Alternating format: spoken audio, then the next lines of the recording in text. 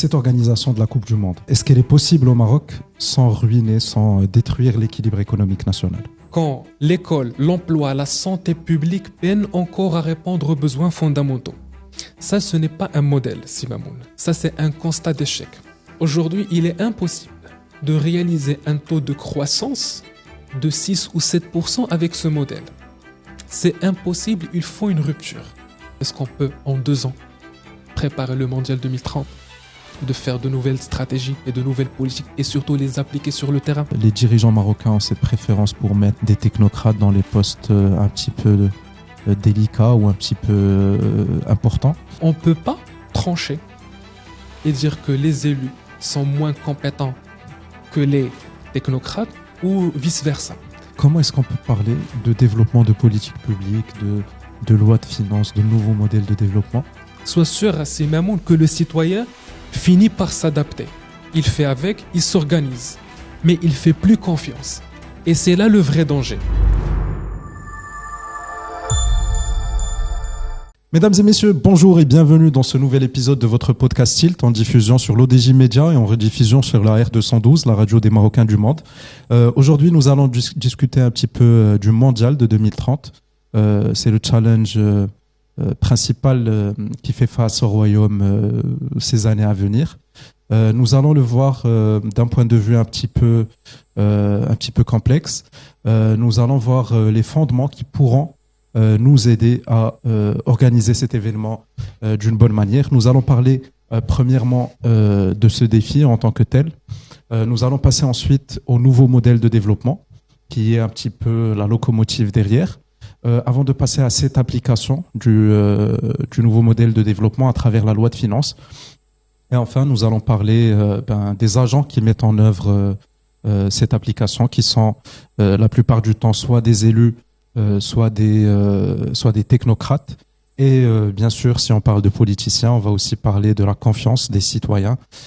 Cette question que nous avons soulevée à plusieurs reprises et à laquelle on cherche toujours une réponse. Pour ce faire, je reçois aujourd'hui pour la deuxième fois Monsieur Ayman Zakaria. Merci d'avoir accepté de nous parler aujourd'hui. Vous êtes doctorant en gestion, président du Centre marocain des jeunes pour les études stratégiques. Merci encore une fois d'être là aujourd'hui. Bonjour, c'est Mamoun. J'ai tout le plaisir d'être votre invité pour la deuxième fois à votre émission.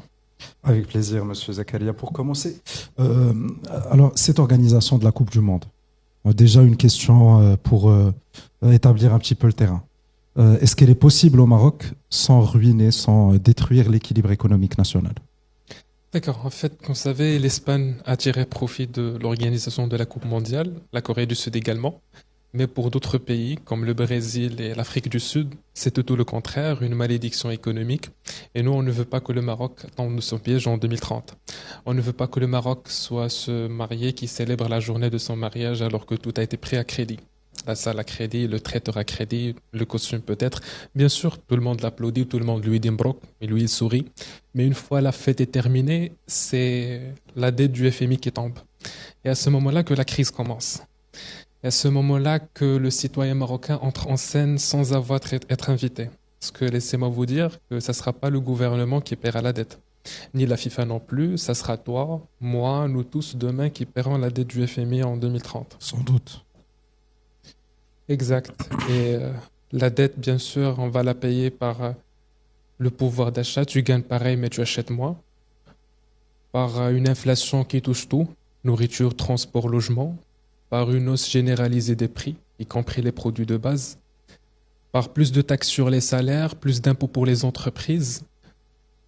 Par une TVA qui grimpe, donc tout devient plus cher. Par un État qui réduit les aides et les subventions et qui augmente les prélèvements. Et tout ça pourquoi? Pour rembourser une dette que tu n'as jamais signée, pour payer des factures que tu as regardé juste leur image. On te dira bien sûr en 2030 que c'est une fierté nationale, que c'est pour attirer les investisseurs et c'est l'image de notre pays.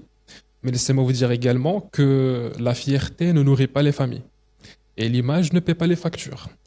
Donc, si on ne prépare pas une vraie stratégie avant, pendant et après le mondial 2030, on risque de transformer une opportunité en un fardeau national. Et dans 10 ans, on ne parlera plus d'un exploit, mais plutôt d'un regret.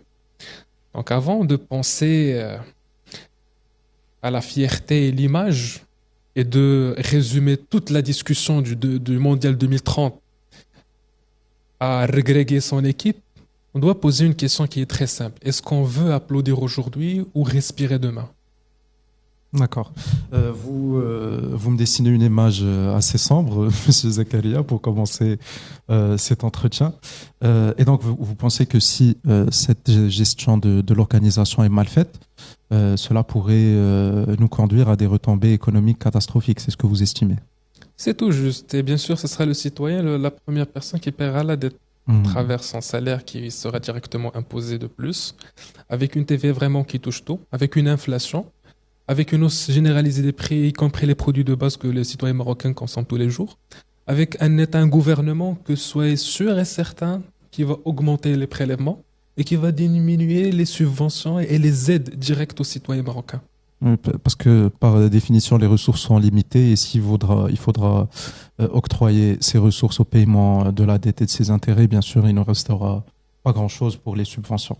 Alors justement, si on peut parler de l'impact d'une bonne organisation, si on a une bonne organisation qui est mise en place, quel est l'impact qu'on pourra avoir?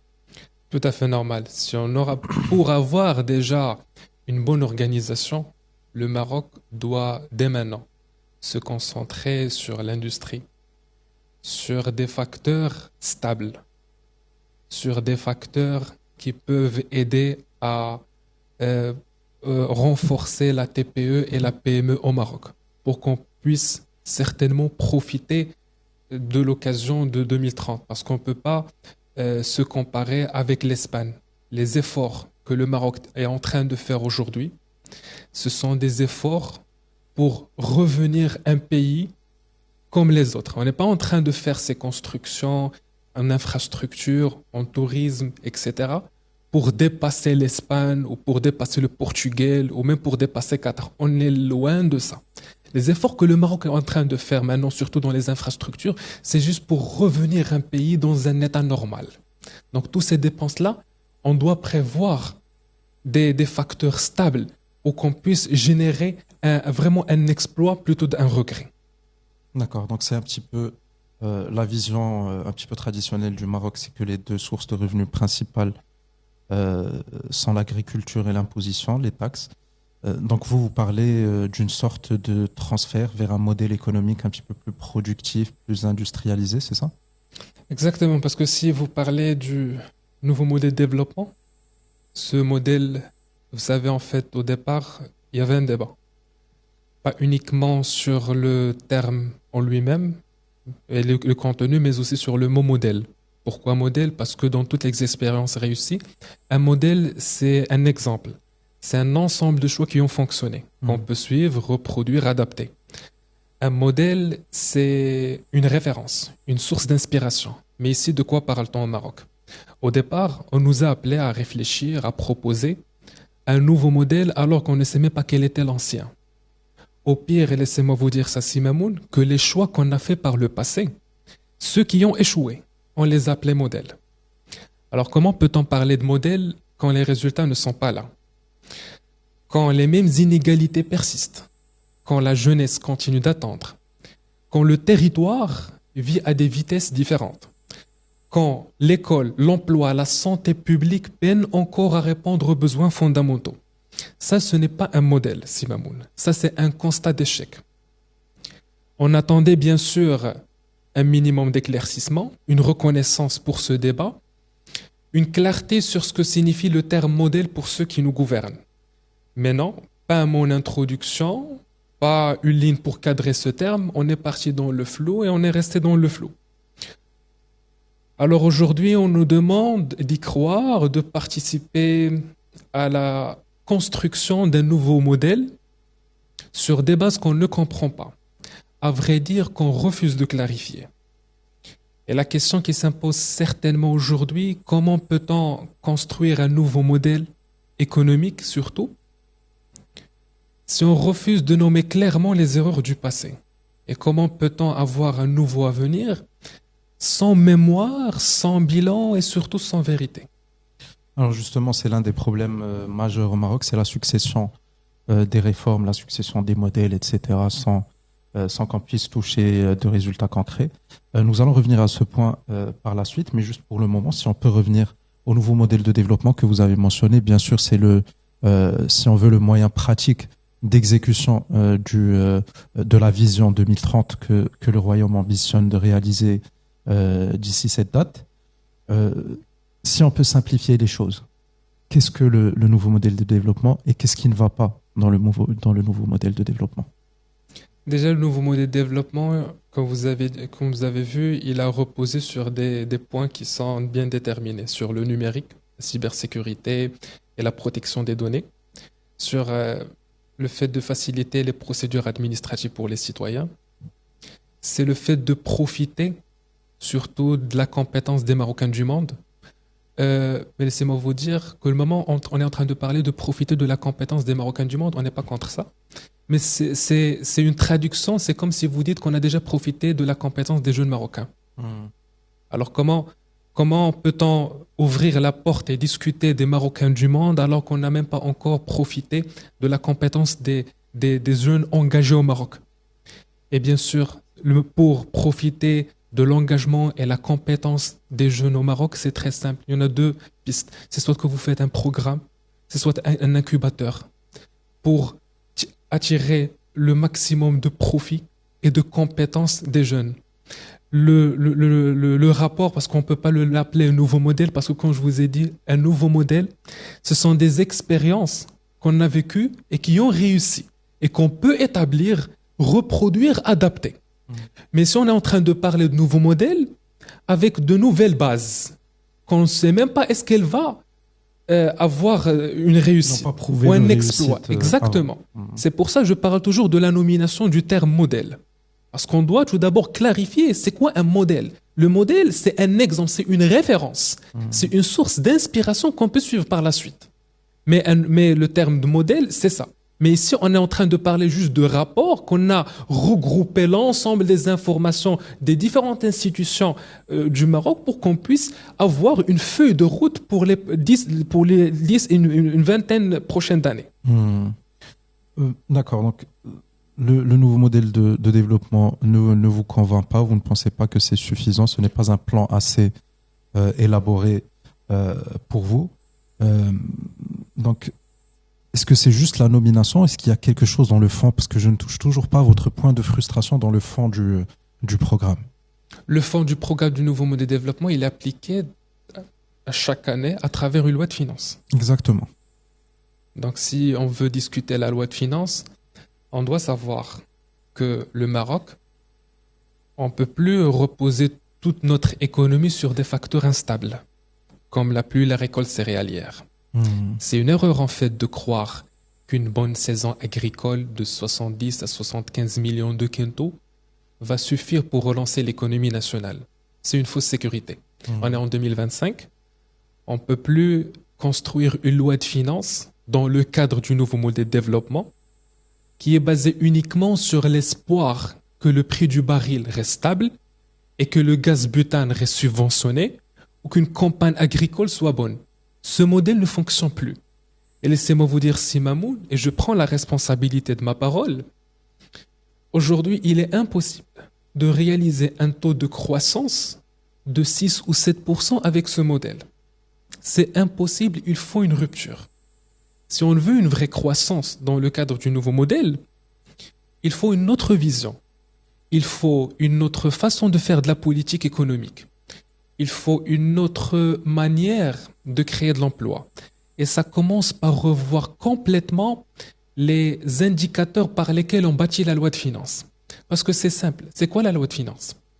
La loi de finances, ce sont les moyens par lesquels l'État agit. Donc, si on se base sur de mauvaises hypothèses, on prendra de mauvaises décisions et on va rester bloqué autour de ce modèle. Non, mais juste pour revenir sur le point que vous avez mentionné de la préférence économique nationale, si vous voulez, de l'agriculture et un petit peu de tout ce qui est pluie, etc. C'est que ce n'est pas forcément la faute de l'État. Je vais faire l'avocat du diable pendant un instant. Vous savez que dans les systèmes les plus démocratiques, la tâche de l'État, doit être gardé à son minimum dans la fonction économique, parce que la loi du marché doit établir un certain équilibre. Mais au Maroc, le capitaliste est frileux par définition, il a peur. Il veut investir dans ce qui a de la valeur sûre, louer des appartements, acheter des hectares de terre, etc. C'est plus safe pour lui. Donc, est-ce que ce n'est pas aussi la faute du capital marocain et des capitalistes marocains? En fait, c'est Mamoun, pour qu'on soit très pragmatique. Si on veut une vraie croissance, il faut créer de la valeur ajoutée. De la vraie, pas un espoir fragile. La pluie, l'agriculture, aujourd'hui, c'est un espoir fragile. Tout à fait. Ce qu'on a besoin, c'est une valeur ajoutée industrielle, une montée en gamme en production. Mais justement, c'est bien ma question. Est-ce qui soutiennent la productivité? Oui, mais est-ce que c'est le rôle de l'entrepreneur, de l'homme d'affaires, ou est-ce que c'est le rôle de l'État? C'est le rôle de l'État. Parce que le moment que vous cadrez la loi de finances, vous mettez devant vous les secteurs principaux. Parce que ce sont les choix de l'État, pas le choix du citoyen ou de l'entrepreneur. C'est l'État qui guide, pas le citoyen. Donc, si l'État met devant elle des choix stratégiques, on va se concentrer sur l'industrie, sur la production, c'est tout à fait normal que la TPE et la PME, qui fait plus de 90% des entreprises au Maroc, ils font partie de cette structure. Tant que vous se concentrez sur la pluie et la récolte céréalière, et vous croyez qu'un budget et une récolte de 70 à 75 millions de quintaux va suffire pour relancer l'économie nationale, ça c'est une fausse sécurité. Et on ne peut plus avoir une croissance. Et je vous ai dit à ma parole, qu'on ne peut plus réaliser un taux de croissance de 6 ou 7% avec le modèle actuel. Alors, il y a aussi un autre point qui me saute à la tête dans ce sens, c'est un rapport récent du HCP qui mentionne 2 millions d'unités de petites entreprises, petites et moyennes entreprises qui sont dans l'illégalité, qui ne sont pas déclarées dans le marché noir, si vous voulez. Est-ce que ça joue un rôle important dans l'impact de l'économie nationale? Ça joue un rôle, bien sûr, mais je reviens toujours sur un point. Si vous vous rappelez, la dernière fois, on a discuté le secteur informel et l'impact sur l'économie et quels sont les moyens que l'État peut utiliser pour regrouper toutes ces entreprises ou toutes ces activités qui travaillent dans le secteur informel à travers des programmes. Et on a cité le programme Mokawil Deti qui est venu pour encourager les personnes qui travaillent dans le secteur informel pour migrer vers le secteur formel. Et on a d'autres incubateurs, d'autres programmes qui encouragent certaines initiatives. Mais ici, on est en train de parler de l'économie nationale. Et la macroéconomie. Le macroéconomique. Et pour le macroéconomique, on est en train de parler des aspects. On doit encourager l'industrie, des politiques qui soutiennent la productivité, un accompagnement sérieux, pas que le financement. On a déjà parlé de ça. Oui. Pas uniquement le financement, on a besoin de l'accompagnement sérieux pour la TPE et la PME. On a besoin des résultats concrets en matière d'industrie. C'est ça, c'est même les indicateurs qui montrent qu'on avance. C'est avec ce genre d'approche qu'on peut parler de la croissance durable. C'est avec ça qu'on peut planifier et projeter un Maroc qui sort du modèle agricole de survie, pas un Maroc qui espère avec la pluie et l'agriculture, mais surtout nous deviendrons un Maroc qui construit et qui gouverne avec toute indépendance. D'accord. Donc pour vous, l'État a l'obligation quand même de tracer les lignes stratégiques majeures pour un petit peu orienter l'économie nationale vers un modèle un petit peu plus productif et plus industrialisé. Alors justement, pour revenir à notre loi de finances, qui est le moyen de mise en œuvre de tout modèle stratégique ou feuille de route stratégique. Alors, est-ce que vous pensez que les modèles des 2 dernières années et des 5 années qui restent à venir, est-ce que vous pensez que nous allons dans un chemin qui pourra nous amener durablement et de manière inclusive à une bonne organisation du mondial?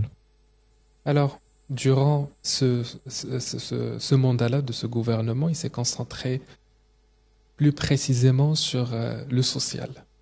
C'est pour ça qu'on l'appelle le gouvernement ou l'État social. D'accord. La vision maintenant, ils disent que pour l'organisation de la Coupe mondiale, c'est donné à un prochain gouvernement. C'est pour ça vous entendez qu'on est en train de parler du gouvernement 2030 mondial, ouais. ou le gouvernement du mondial. Alors ce gouvernement, quand est-ce qu'il va venir, à votre avis? Les élections vont se passer en 2026. Tout à fait. Vous savez bien sûr qu'il y a une moyenne entre 6 mois et 1 an pour regrouper un gouvernement avec les partis. Et ils ont une moyenne entre 4 à 6 mois pour tracer leur chemin.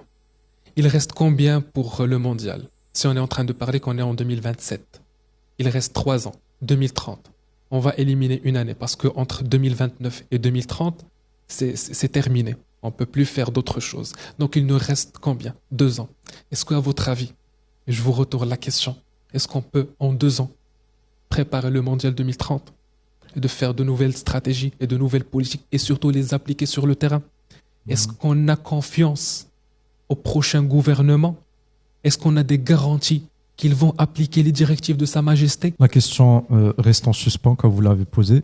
On passe maintenant au niveau suivant de l'application.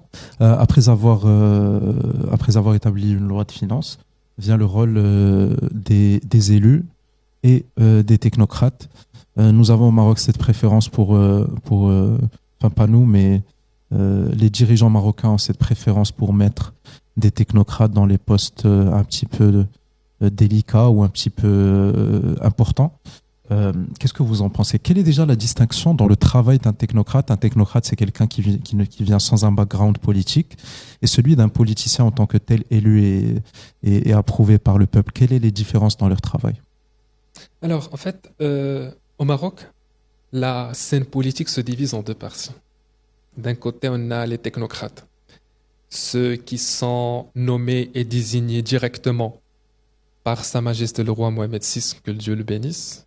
Ils fonctionnent avec rigueur. Pour eux, la logique, c'est 1 + 1 = 2. Ils suivent une feuille de route. Quand il y a une stratégie, elle est mise en œuvre dans les délais et les résultats sont livrés à temps. De l'autre côté, on a les élus. Excusez-moi, de quelle feuille de route vous parlez? De quel résultat donné à temps? Je vous explique. Parce que je voudrais juste vous faire la distinction entre les deux. Par la suite, on peut expliquer le détail. Parce que justement, j'ai souligné cette préférence envers les technocrates, mais moi, je ne vois pas en quoi les technocrates sont plus compétents. Parce que vous pouvez nous citer des exemples de technocrates. Enfin, je dirais, il y a le président de Banque El-Mghri, par exemple. Lui, c'est quelqu'un de très compétent. Il y a le ministre de l'Intérieur, c'est un technocrate. Vous avez répondu à la question. Mais on peut trouver des compétences aussi dans les élus. Et même les ministres, ce sont des politiciens, ce ne sont pas des technocrates, ils sont nommés par le roi. Et ils mettent en œuvre sa stratégie, le conseil qu'il établit durant les conseils des ministres, et ils travaillent en collaboration avec lui. Donc, on peut avoir ce cas d'espèce, que ce soit chez les élus ou chez les technocrates. Alors, c'est moi juste en fait terminer juste le point pour faire la distinction entre les élus et les technocrates. Pour les élus, ce sont les personnes bien sûr issues des partis politiques. Et pour eux, la logique change. Parce que pour un politicien élu des partis politiques, 1 + 1, pas forcément peut donner 2. C'est une logique électorale. Exactement. Parfois 3, parfois 4, parfois même 0. Eux, ils ont un calendrier politique, des équilibres internes à gérer. Une stratégie peut être lancée, mais rien ne garantit qu'elle sera menée à terme. Elle peut traîner, elle peut même être mise en pause, elle peut même être annulée s'il ne sert pas à leur intérêt. Parce que pour eux, livrer les résultats trop tôt peut faire propre à l'opposition. Parce que ils pensent aux prochaines élections. Et pendant que les partis politiques manœuvrent, nous, en tant que citoyens marocains, on perd du temps. Un temps précieux pour le développement et la croissance de notre pays. Un temps qui ne reviendra jamais. Mais malheureusement, c'est ça la réalité de l'opération, comme vous avez dit, démocratique dans tous les pays du monde. Exactement. On a besoin des partis politiques, on a besoin des élus pour assurer certains équilibres soi-disant au sein de la société, pour représenter les choix des citoyens Ça, c'est le principe. Mhm. Bah, justement, parce que ce que vous citez, c'est plus une critique du système démocratique, mais c'est pas une spécificité marocaine. Tous les élus du monde réfléchissent et raisonnent en matière d'élection, de période électorale et tout. Donc, c'est plus un programme en lui-même, mais ou un système, excusez-moi, en lui-même qui fait défaut. Mais dans le cas marocain, qu'est-ce qui expliquerait cette préférence en général envers le technocrate? En fait, à chaque fois qu'on discute le sujet de la compétence politique entre les élus et les technocrates, ça nous réfère, est-ce que la compétence politique signifie-t-elle la capacité et l'engagement national? Ou bien est-ce qu'on mesure la compétence politique par le degré de loyauté et de soumission aux appareils des partis? Vous avez raison, c'est une vraie question, parce que certains défendent le mérite, la capacité et l'engagement. D'autres estiment qu'on ne peut réussir un parcours politique sans se conformer strictement au choix de parti. Ou sans avoir un nom de famille qui pèse dans ce parti. Après, vous avez raison, mais c'est plus. Moi, je ne pense pas que c'est l'erreur ou que c'est une critique envers l'élu en tant que tel. Les partis marocains, vous savez ce qu'ils sont. Tout le monde sait ce que les partis marocains sont, mais juste sur ce côté pour vraiment souligner que vous avez mentionné la compétence, pour souligner la distinction, l'élu n'est pas forcément plus con, excusez-moi, que le technocrate.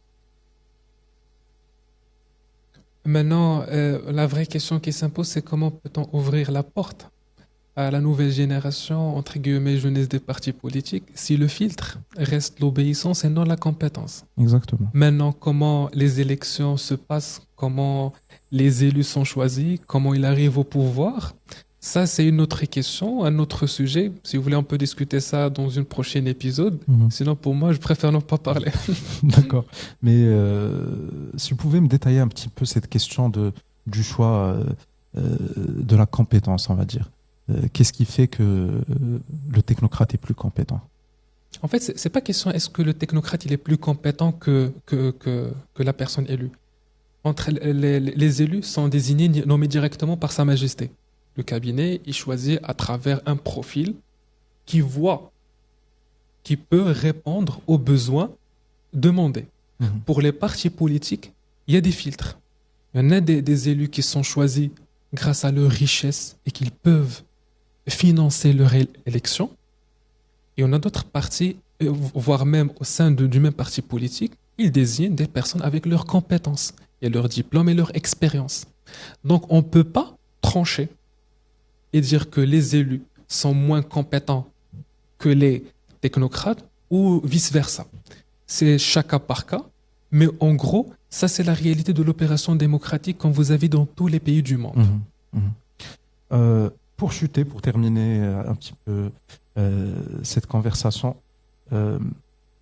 comment est-ce qu'on peut parler de développement de politique publique, de loi de finances, de nouveaux modèles de développement, alors que le rapport de confiance entre les citoyens et l'administration marocaine en général n'existe plus, a été rompu? En fait, aujourd'hui, le Maroc, il vit une fracture qui ne se voit pas toujours, mais qui se ressent profondément. Pas forcément une fracture entre riches et pauvres, entre ville et campagne, mais comme vous avez cité, c'est entre citoyens et institutions censées le représenter. Parce que quand vous parlez aujourd'hui à un jeune, vous sentez vite le malaise. Tu lui poses une question concernant les partis politiques, il te rit au nez. Tu lui parles du Parlement, il te dit les mêmes visages, mêmes discours et promesses non tenues. Tu lui présentes un programme du gouvernement, il te dit qu'il y en a déjà vu une dizaine et que rien ne change vraiment. Et cette distance de confiance ne s'est pas créée du jour au lendemain. Et s'est créée doucement, oui, mais sûrement. Année après année, à force de chaque discours non suivi d'action, et à force de chaque plan annoncé puis oublié, à force de petites humiliations quotidiennes, et laissez-moi vous dire ça, c'est même mots, et que tout citoyen, toute personne en train de suivre notre épisode va se sentir là-dedans, c'est soit que vous avez un dossier administratif bloqué sans raison, soit que vous accédez à un service public sans moyens, soit que vous êtes devant un agent administratif qui vous traite en tant que problème plutôt qu'un citoyen. Quand tu vis dans un quartier où les routes sont trouées depuis 10 ans, quand tu pars à un hôpital public où il y a un manque de personnel et de matériel, quand tu prends tes enfants à une école privée alors que tu paies tes impôts, sois sûr, Hassim Mamoun, que le citoyen finit par s'adapter. Il fait avec, il s'organise, mais il fait plus confiance. Et c'est là le vrai danger. Parce que quand le citoyen marocain ne fait plus confiance aux institutions et aux élus, aux dirigeants et aux représentants, il participe plus, il s'engage plus, il vote plus, il se retire. Vous avez totalement raison, Monsieur Zakaria. Vous m'avez tracé une image assez sombre sur tous les niveaux organisationnels qui mèneront éventuellement à ce mondial. J'ai une question directe à vous poser pour finir cet épisode. Est-ce que vous pensez que c'était une mauvaise décision quelle décision? De rentrer dans l'organisation du mondial 2030? En fait, on ne peut pas confirmer cette information aujourd'hui. Pourquoi? La première raison, c'est qu'on a essayé à plusieurs reprises. Donc ça, ce n'est pas un objectif à court terme. C'est un objectif que le Maroc a eu devant lui depuis plus que 20 ans. Maintenant, on est dans le bain. On doit avoir de l'espoir. On doit pousser tous vers la réussite de ce modèle. Entre institutions et entre élus et technocrates et toute personne inclue dans l'opération, y compris les citoyens, y compris regréguer son équipe. Maintenant, la confiance, pour la donner, ce n'est pas un luxe. C'est la base de tout. Parce qu'on ne peut pas, si Mamoun parlait de l'organisation de la Coupe mondiale, nouveau modèle de développement, loi de finances, si les citoyens ne font pas confiance aux dirigeants. Parce que ce n'est pas aux citoyens de faire confiance aux yeux fermés, c'est aux dirigeants de faire des actions concrètes. Pas avec des slogans ou des campagnes de communication, mais avec des actions réalisables. Parce que la vraie urgence aujourd'hui, ce n'est pas de lancer de nouveaux plans ou de nouveaux projets. La vraie urgence, c'est de redonner le sens de l'engagement aux citoyens. C'est de faire sentir chaque citoyen qu'il est vu, respecté, représenté. Si on veut, c'est même que les citoyens reviennent vers les urnes, vers le débat, vers la politique, on doit savoir ce qu'ils vivent réellement. Si on veut que les jeunes s'engagent avec nous et portent la vision de 2030, on doit leur donner leur vraie place. Pas uniquement un siège symbolique qu'on consulte une fois par an. Finalement, la confiance ne se décrète pas. Elle se construit. Et surtout, elle se mérite. Voilà, vous l'avez entendu, mesdames, messieurs, la confiance se construit et se mérite. Merci d'avoir regardé cet épisode jusqu'à sa fin et restez branchés pour plus.